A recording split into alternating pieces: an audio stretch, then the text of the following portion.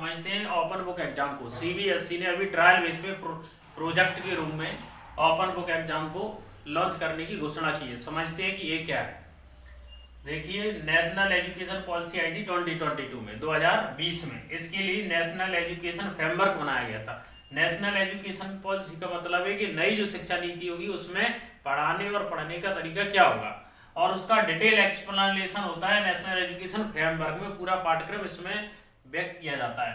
अब एग्जाम की बात करें तो एग्जाम दो प्रकार से होते हैं, एक होता है क्लोज्ड बुक एग्जाम और एक होता है ओपन बुक एग्जाम।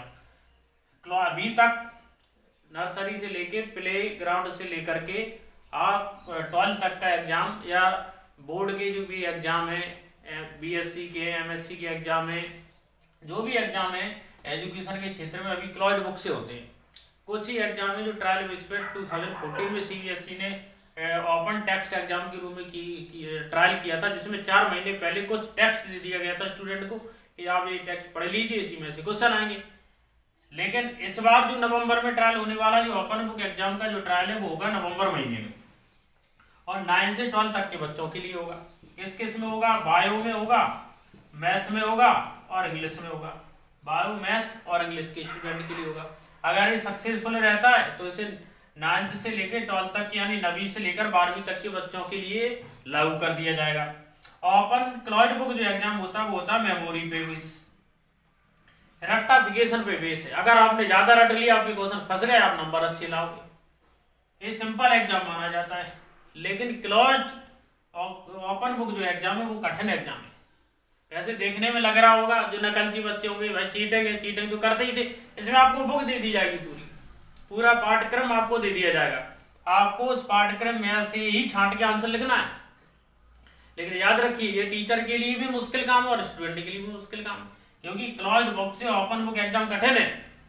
टीचर के लिए ऐसे क्वेश्चन सेट करना होगा, ऐसे क्वेश्चन बनाना होगा कि जो क्वेश्चन के आंसर सीधे सीधे बुक में ना हो, ऐसे क्वेश्चन सेट करना होगा। और स्टूडेंटों के लिए ऐसे आंसर लिखना होगा जो आंसर आपको टेक्स्ट बुक में या पाठ्यक्रम में सीधे सीधे नहीं मिलेंगे, लेकिन आपको अपनी क्रिटिकल थिंकिंग से, एनालिसिस के माध्यम से उसको बना करके आंसर लिखना होगा। 2 क्वेश्चन हम आपको देते हैं। जैसे भारतीय संविधान की प्रमुख विशेषता लिखिए। मेमोरी पे बेस क्वेश्चन है, आप लिख दोगे। या आपसे पूछे कि गांधी ने भारत छोड़ो आंदोलन किया, क्या है भारत छोड़ो आंदोलन? गांधी जी का असहयोग आंदोलन क्या? आप लिख दोगे कब स्टार्ट हुआ, क्या था। तो आप यहाँ पे देखोगे कि जो मैंने क्वेश्चन आपको बताए वो सीधी सीधी मेमोरी पे बेस है। जैसे कि आपको एक मैथ का ही क्वेश्चन दे दें, जैसे मान लीजिए कि मैथ का क्वेश्चन है, ये आपको 3 दिया गया है, ये 4 दिया गया है, ये आप निकाल देंगे 5। लेकिन आपको ऐसी समस्या दे दी जाए जो वास्तविक जीवन से जुड़ी हो एक प्रोजेक्ट के रूप में, तो आपको करना मुश्किल हो जाएगा। वैसे ही आपको ये क्वेश्चन देते हैं, जैसे कि सोचेंगे, ऐसा नहीं कि बायो, मैथ, इंग्लिश में ये रहेगा, बाद में ये अगर सफल होता है तो सभी के लिए होगा, आर्ट्स के लिए या दूसरे सब्जेक्ट के, एग्रीकल्चर के जो स्टूडेंट है सबके लिए रहेगा।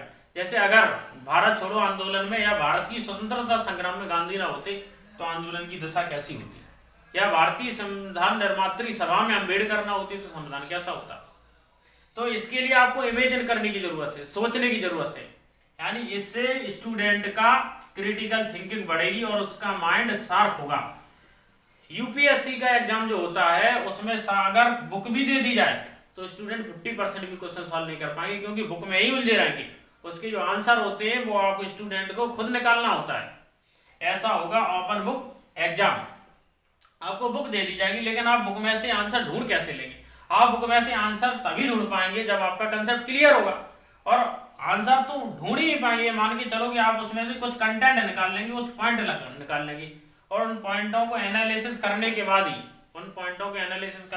ही आप आंसर लिख पाएंगे।